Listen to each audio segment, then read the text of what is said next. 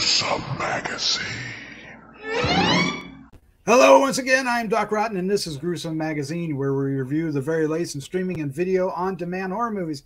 Each week, my co-hosts Jeff Moore, Crystal Cleveland, Dave Dreyer, Christopher G. Moore, and I will take a look at various spooky, scary, and gory genre offerings. Tonight, we are reviewing The Legend of La Llorona in select theaters on, I still said it bad, on January 7th, 2022, and available on demand and digital beginning January 11th.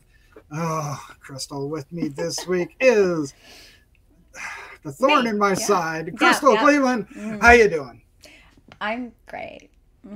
Like, I'm super excited we got to watch another La Llorona fucking film. They'll get it right eventually. They'll get it right eventually. I can feel her love through the screen. I know, it's just like animating. All right, also joining us is award-winning filmmaker Christopher G. Moore. How you doing, Christopher? I'm doing well. I'm glad I'm not being dragged into the water by some weird water witch. Water witch! That sounds more exciting, actually. I like that. What, the water witch or the well? Both, I guess, yeah. Okay. All right, there you go. All right, so what we're going to do tonight is we're going to dive into our review of the Legend of La Llorona. It will start off with our first impressions that will be spoiler free, and then we'll dive into a discussion that will be full of spoilers as we dig into all the surprises and the effects and all kinds of crazy nonsense. And then we'll wrap things up with our final thoughts, our score 1 to 5, and our favorite scene. And of course, we hope you enjoy not only this review, but many other reviews we have on the site, so check them out. And if you want to help us out, it's easy and free to do. Hit the subscribe button, hit the like button, share with a friend. It will do wonders for us, and we will thank you. Thank you. And, of course, leave us comments down below. Oh, I'm sure we'll get comments for this. We're going to get comments for this one. All right, so what film are we talking about? The Legend of La Llorona, 2022 from Saban. In theaters, January 7th, 2022. Available on demand digital January 11th. The director is Patricia Harris-Seeley. The writers are Jose Prendes and Cameron Larson, story by. The cast includes Autumn Reeser, Danny Trejo, Antonio Cupo, Zamio Fandino, Angelica Lara, and Nicholas Mondrazo. How's that? Synopsis is, while vacationing in Mexico, a couple discovers their son's disappearance is tied to a supernatural curse. Okay. Yes, which is accurate. Simple. It's accurate, to the point. Yeah. All right, so let's find out what we thought. Crystal, you're up first. What was your first impression of the curse? The legend. Sorry, the legend. Okay, so... Yeah. Gosh, I'm trying to figure out how to... Okay, I will say that I love Danny Trejo, and I am trying to not let my feelings for him affect the way that I feel about this movie, because he's, to me, probably he's pretty much the only good thing about this movie, in my opinion. Good thing. Yeah, I think he has such a presence on screen, and I really liked his character, and yeah, and that's what was good about the film. Jorge. No, I'm not done. I'm just kidding. Okay, but so there is a lot of story in this movie. Too much story, as a matter of fact. There are a lot of characters and a lot of... It's just ridiculous. There's a lot of caricatures of characters, which is like... I don't know if they wrote characters for us to just absolutely hate, like the husband. And you'd probably think I was talking about the cartel. No, the husband. Like, oh my God. I just feel like the story was written poorly. It was horribly acted. It wasn't shot well. Like, they didn't do any close-ups. There were moments where there was supposed to be some, there's this moment where the mom comes and she's like, I'm coming, baby. Mama's coming to save you or something. And it's literally, there's no freaking power behind it. Like, they didn't get up close with, she just walks. It's just, the directing and the editing were not good in this film, unfortunately. They didn't get up close when they needed to get up close and to have powerful moments. And there was weird cuts and edits, and the story there's too much story. I don't understand what they were trying to tell here. It's so convoluted. There's this beginning scene that makes no sense and honestly doesn't need to be in the film at all. I don't get it. I don't know why it's there other than to add length to this already freaking... Okay. So it's unfortunate because I don't know what they were trying to achieve with this film.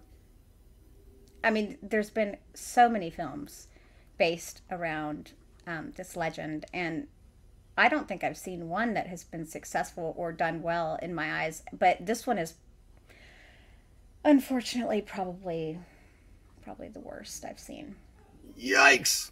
Yeah. Well, so that's pretty cut and dry there. I'm so sorry. I love Danny. It's too bad. Oh no, Christopher G. Moore, what was your first impression of The Legend of La Llorona? I think this furthers the curse that no one can make a good film based on this. It's a curse or this character, which is really sad. And also this film's like somebody making an American version of what it is to be in Mexico as well. The dialogue seems very forced. Like when some of the Hispanic characters are like speaking, that they intentionally do certain words as Spanish, and it seems forced. It doesn't seem natural to where it makes the dialogue just fall flat. There's nothing really that worked. I don't even like Danny Trejo in this. I think this is one of his worst performances. They're trying to get him to do different things. I think he works better when he's working with the more popular directors, I guess I'll say. But everything falls flat. The actors, partly it's their lines. There's like a line where the husband's like, "This is the island of death." Oh my God. What are you doing? So cringy. And you have these two characters, and they're I agree with Crystal. They're very cookie cutter to where they each have their own motivations. Like, oh, I'm going to subtly hint that maybe we should get a divorce. And her, oh, I'm going to always talk about, but I had a baby that died. And they just keep harping on it, and then you have effects that like on their level of like old school Nickelodeon.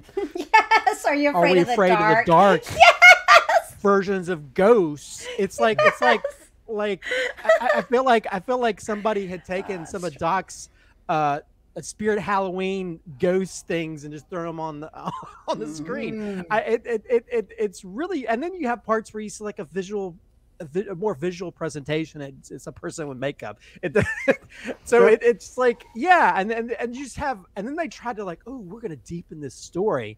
No, just make it about the curse. You don't have to have this underlying story, and then it's like.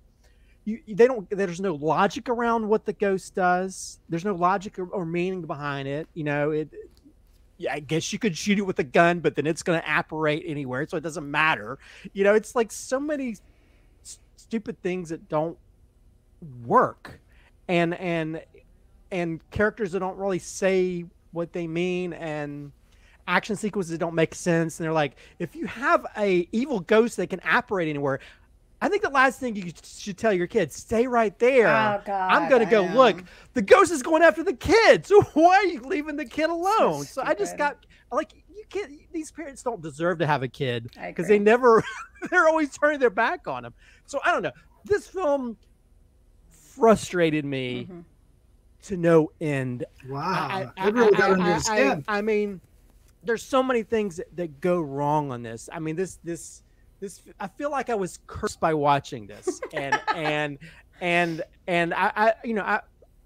think there's maybe there's there's maybe a couple of scenes I kind of were okay. There's a scene between the mom and the son at one moment that actually was very heartfelt, and I like that. If the film was like that, it would be good. But the rest of it, I didn't believe anything they were saying. I didn't believe their relationships. I didn't believe these people were married. They're most annoying people in the world. I didn't believe that Danny Trejo was a taxi driver. I didn't believe, he's saying these things at the beginning. They're just supposed to be kind of funny. Ooh, I'm not talking about real food. I'm talking about weird Mexican food. And it just felt like it was making fun of the culture. I mean, there's like so many things. Chicharrones. Actually, I feel like I have some in the house. I eat those. Am I watching a horror film or Cheech and Chong? It doesn't, yeah, I don't know. There's like so many things that like hurts my brain. And I don't know. That's my first impression. It hurts your brain. I must have been in a really good mood because I enjoyed this movie a lot more than you guys did. I still don't think it's very good. And I think there's only been one La Llorona film made, and there's a one by Jairo Bustamante from 2019. But it's less about the Weeping Woman and more about this event that happened, this war criminal and and his family ties and everything. So but it's also very good. It's just doesn't really bring the horror stuff. Anyway, I'm not reviewing that movie. I'm reviewing this one. I thought this was a silly, fun mess. I really liked Danny Trejo in this. I thought I was happy that he wasn't just the cab driver. Me too. That he actually had a part in it. And there's one element, and we'll get into it when we get to the spoilers, that I thought was totally unneeded. And then the resolution of that was even worse. But there are other elements that I thought were fairly interesting. The more they were actually in the house and the aspect of, that the ghost normally didn't go into, never didn't leave the woods or leave the outside, never went inside, and then now did. There was something there, but when we get to the spoilers, they never really capitalize on that in a strong way. They kind of leave it to the end, but yeah, it's Crystal and Christopher aren't wrong, but at the same time, I didn't get a headache or it didn't hurt my brain. And to me, I felt, it felt like a lot of the films I see at like film festivals, because the music's the music's not made for the movie. It's music that they purchase and put into the movie. So it doesn't really, at least it felt that way. So it doesn't really match up, doesn't fit with this thing. So it has like all these problems, but I don't know why. For some reason I enjoyed it despite all that. But I guess we'll get into that as we dive into spoilers. I want to start off by talking about the dad, because you guys were saying, okay, so the mother and the father, the parents in this, you don't believe their relationship, and their bickering at the beginning is building something that never gets resolved. It's ridiculous that at the end, all of a sudden, they're like, we gotta make sure we stay together because we're stronger together. Yeah, you should have done that in the beginning. Are you freaking kidding me? Yep. It was a lot of BS in that, but they went for it. They went for it. But so bad. I want your guys' opinion on his acting. And horrible. Because is there a reason why he's out of the movie for about a third of it? They sent him off on a car thing, and then he's gone and for a while. Well, yeah, and it's like you're a person that has no guns, no weapons, and you're going to go after people that work for like a cartel that have knives and weapons and stuff, and they could just easily just bury you in the jungle. Really? Pew, pew, pew. And they've already beat his ass with their bare hands. Yeah, so I don't understand what he thinks he's going to be able to bring to the table, other than him making sure that his kid doesn't have a dad. So again, and he disappears, and I don't know. Did he not? Did they run out of money to pay him to be in the rest of the film? I don't know. I just feel it just felt like, okay, well, maybe we need to make the mom like the badass or something, so she has to do it on her own. But I felt like she made some really poor, stupid decisions. And okay, let's be real. Like I said, with the "I'm coming, baby," I didn't buy it. She seemed weak the whole time. Well, that and like, Danny Trejo. We're in Spoilerville. Danny Trejo gets dragged away by the ghost. So why was he not killed by the ghost? I don't know. I'm glad he wasn't though. Yeah, well, no, but then it doesn't make sense. He just shows up. What's it called? Deus Ex Machina or whatever, where somebody just shows up out of the blue. Deus Ex Mach. I mean, that was that moment where he just shows up, and she should have picked up that freaking cross with a knife to begin with, and she probably could have ended it a whole lot earlier. This film could have been in like a half hour. So I don't know. It's like there's just so many stupid decisions these characters make. There's somebody they're even like Danny Trejo's character and then the lady character who's in the house. They could have easily just said stuff, but then they just spend half the movie saying stuff in Spanish that she doesn't understand. Just if they told a woman. I don't know. I'm you're getting all frustrated. I'm gonna have a heart attack. Yeah, I don't know. It's just I don't know. There's just like so many things that don't make sense. And then some of the pieces of dialogue are just commenting on things. They're not really pieces of dialogue. Ooh, what was that? Oh, there's just extra pieces of dialogue that don't need to be there. People are just chatting for no reason. And then I don't even understand the whole plot with Danny Trejo and his son and stuff. It's like they were literally talking about turning him into cannibalizing them. So I don't know, there's just like so many things that don't make sense. Oh my god. And the special effects, I have never seen such horrible gun flares. Oh my god, it's so I mean that's like when they start shooting all the rapid fire. Shooting, and it's like, and they even throw really bad highlights on the trees. I was like, this looks like something a 12-year-old would make in their basement. This is bad. I mean, this almost makes you like, well, maybe they should have. I hate to say this, maybe they should have real guns on set, because the gun flares looked horrible. I mean, it looked really bad. That looks like those films you see like made over like in other countries where they don't have a lot of money and they do bad stuff on purpose. But I've done better gun flares with no money, and they have money. Yeah. So I don't know. I was like, when it got to that, I was like, this is just. Are they pranking me? Is Doc pranking me?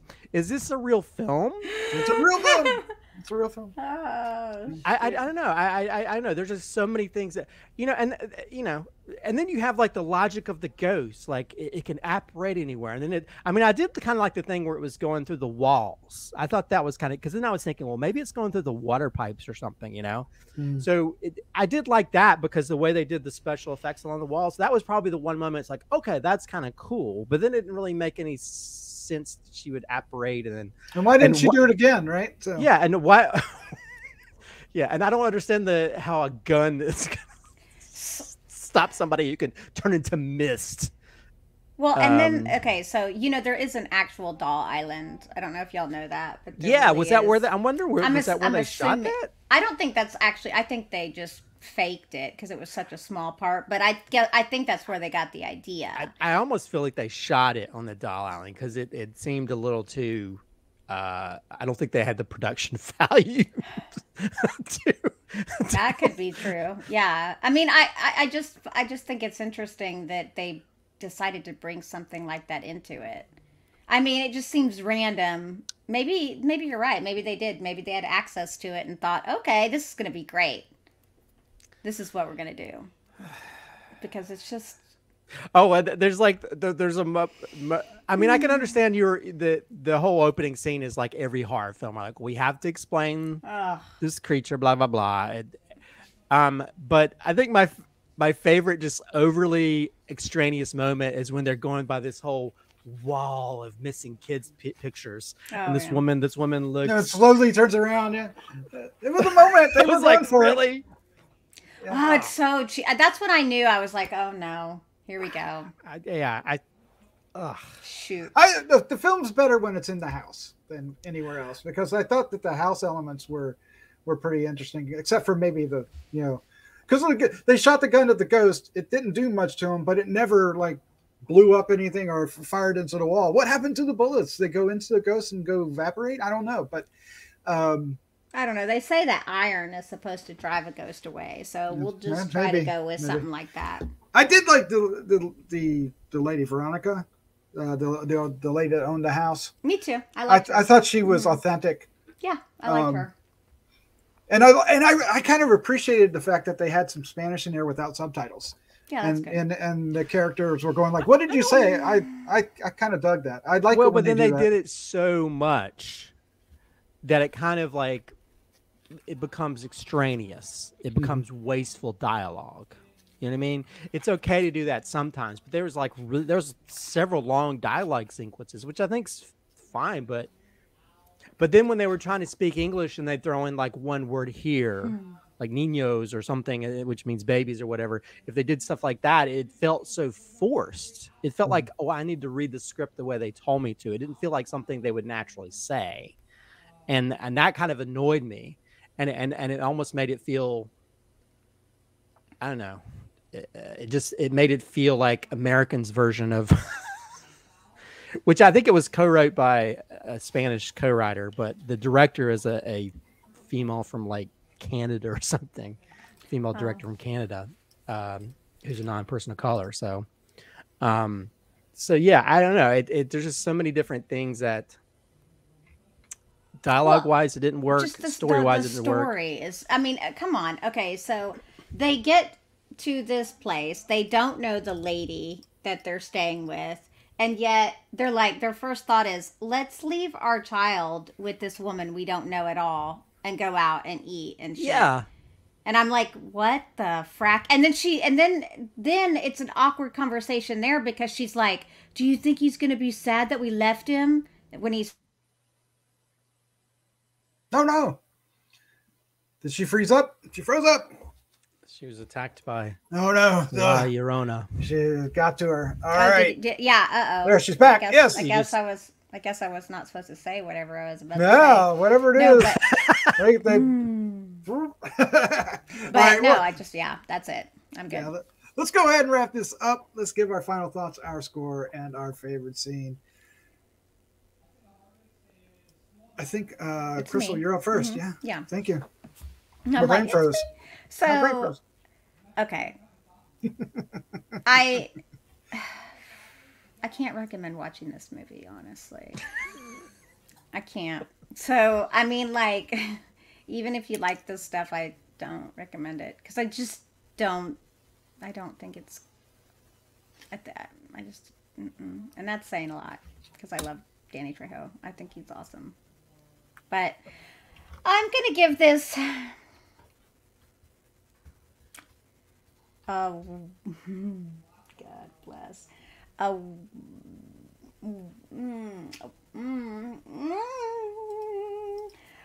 teetering between a 1.5 or 1.75. 1.5.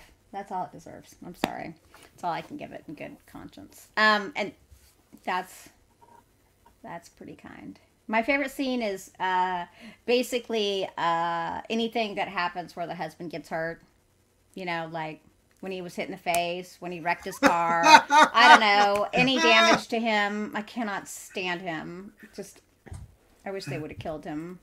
That would have made the movie for me. Oh my God. The more they hurt him, the better you felt. All right. Yeah. Mm-hmm. Very good. Mm-hmm. Very good. Yeah. All right. Christopher, oh my God. I don't even know if I would ask you this, but what was your final thoughts, your score and favorite scene?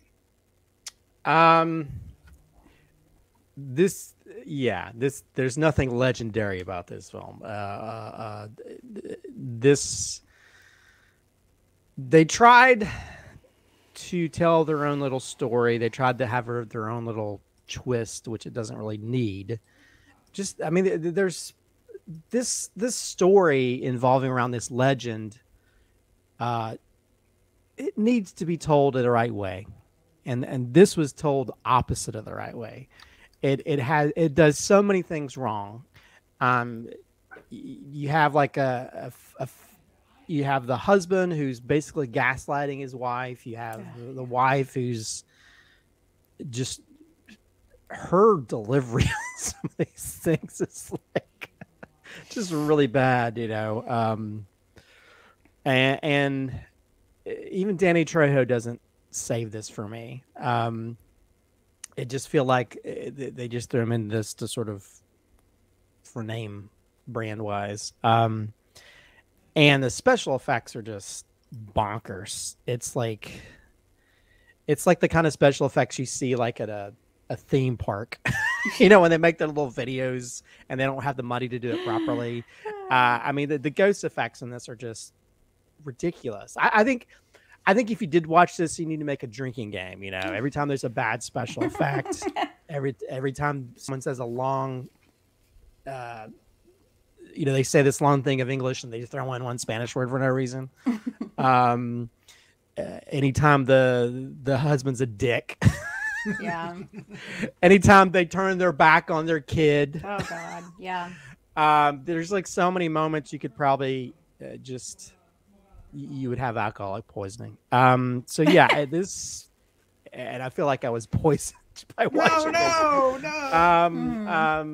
Yeah, and there's even like a flashback with like an old timey mustache. You know, it's like because it's old timey.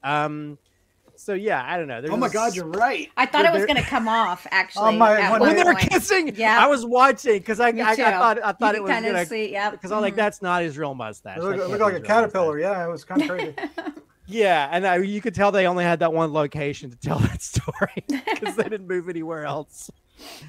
So yeah, they're just this makes. This made me like the other version that was produced by James Wan better, which I was not a big fan of that one. Yeah, this film has so many strikes against it. It was hard to watch. I really was frustrated. I probably should have looked at my Apple Watch to see how my blood pressure was going on. I was like, hilarious. I was like, what? I was literally yelling because there's a point where she like. Stay right here. Oh God! I need to close this. Jewelry box. I know it's so. And he's near the window. You don't. I know. Why? I'm getting frustrated now. Okay. Anyway, this film frustrated me. It's not good. There may be a couple parts. There was one kind of freaky part where they did like the little. I call it the white curtains in the water, but you know, her dress, there was like one part where it kind of reached out that was kind of cool, made me kind of jump. So that I'll give it that much. But overall, this film is not good. Is that your favorite scene? No. Uh-oh. No, because it's just a piece of white curtain floating in the water. So I will give this. Dum, dum, dum. I'll give it a 1.25. Okay. Oh, okay. Right. Okay. Right. Okay. I won't give it a 1 because my favorite scene, I think, is the only saving grace. Okay. My favorite scene is when the mom and the son are trapped in the room. Ah, yes. And they have this heartfelt conversation because he feels like that she loved her dead baby more than him or something, and it was a very heartfelt scene that actually felt kind of out of place. I was like, you know, it's like going through this plate of asparagus and you find an M&M. It's like, how did this pop into this plate? Again with my food analogies. And I'd never mean it, but I still do it. That was the scene that I was like, okay, this is a nice scene.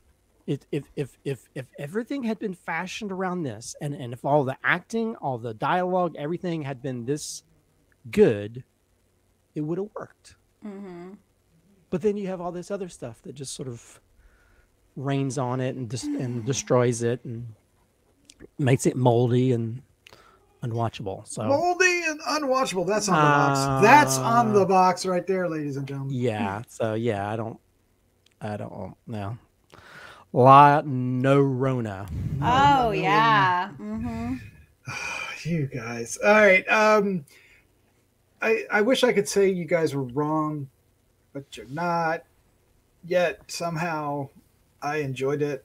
I think a lot of it had to do with Danny Trejo because he was, I don't know, he was lively at least. He was actually, he ended up being an integral part of it, and I don't know. The more, like I said, the more it's stuck to the house and them being trapped in the house, the better it was. And the scene you're talking about was in there. And if they could have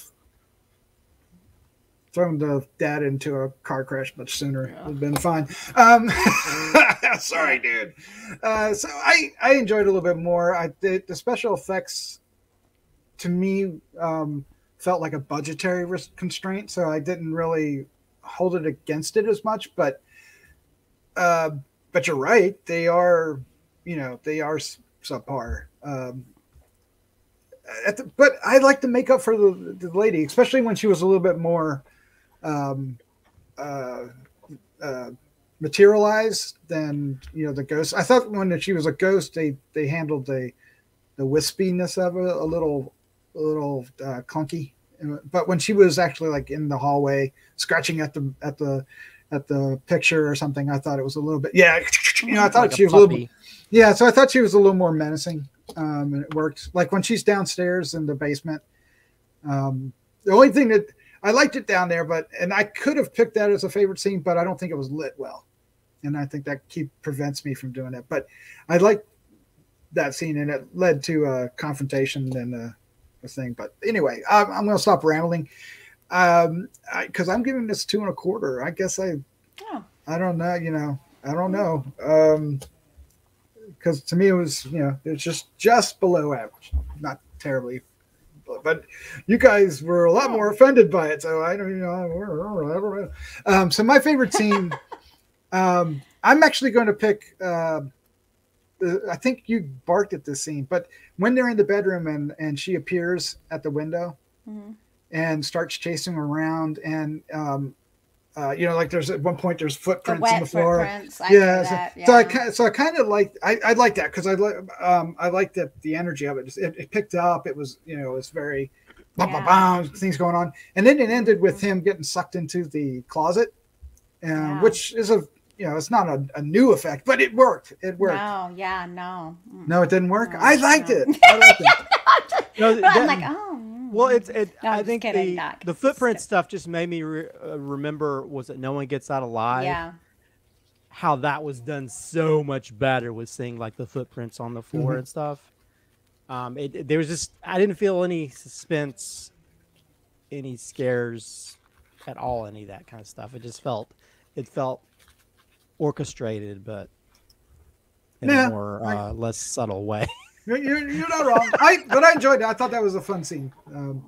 I did, yeah. I will say there was one thing I kind of liked too. I did like the shot of Maria, who's the La Llorona, after she was hit in the eye with the stone, and she was floating in the water with the dress and her makeup. I will say that looks. That one shot I liked. Yeah. That one shot out of. How many minutes? Yeah, one shot. You gotta be really talented. You gotta be really talented to hold a baby and rocket a stone into somebody's eye. That hard, yeah. All right, well there you go. That's our review for The Legend of La Llorona. It's out there and available. Look for it. If you can catch it in the theater on January 7th, excellent. If you want to rent it, it's available January 11th. Let us know in the comments down below what you think. Maybe you guys will love it more than. Yeah. Actually, if you go into this movie with our expectations here, you will like it more. Just know it's bad, and maybe that'll make other things. Maybe you might be entertained by really bad gun flare effects. I don't know. I feel like I see it so much. I'm kind of used to it. My aversion to it's worn down, but. Well, I don't know, because I've done those type of effects before. Just the really bad lighting, it was just very overly apparent. Yeah. It was obvious. It was so painfully obvious. All right. Well, there you go. We got to stop. All right, Crystal, Christopher, thank you so much for joining me. Thanks for having us. Yeah, thanks for everything. Yeah, thanks for putting this on my TV. Well, you know what? We watch the gamut of stuff, and some of it's going to be great, some of it may not be too great, but it's all subjective. There might be people who are like, "Oh, this is the best thing ever." And, I'm sure. Maybe you might enjoy this. Maybe. All right, let's say goodnight. Good night.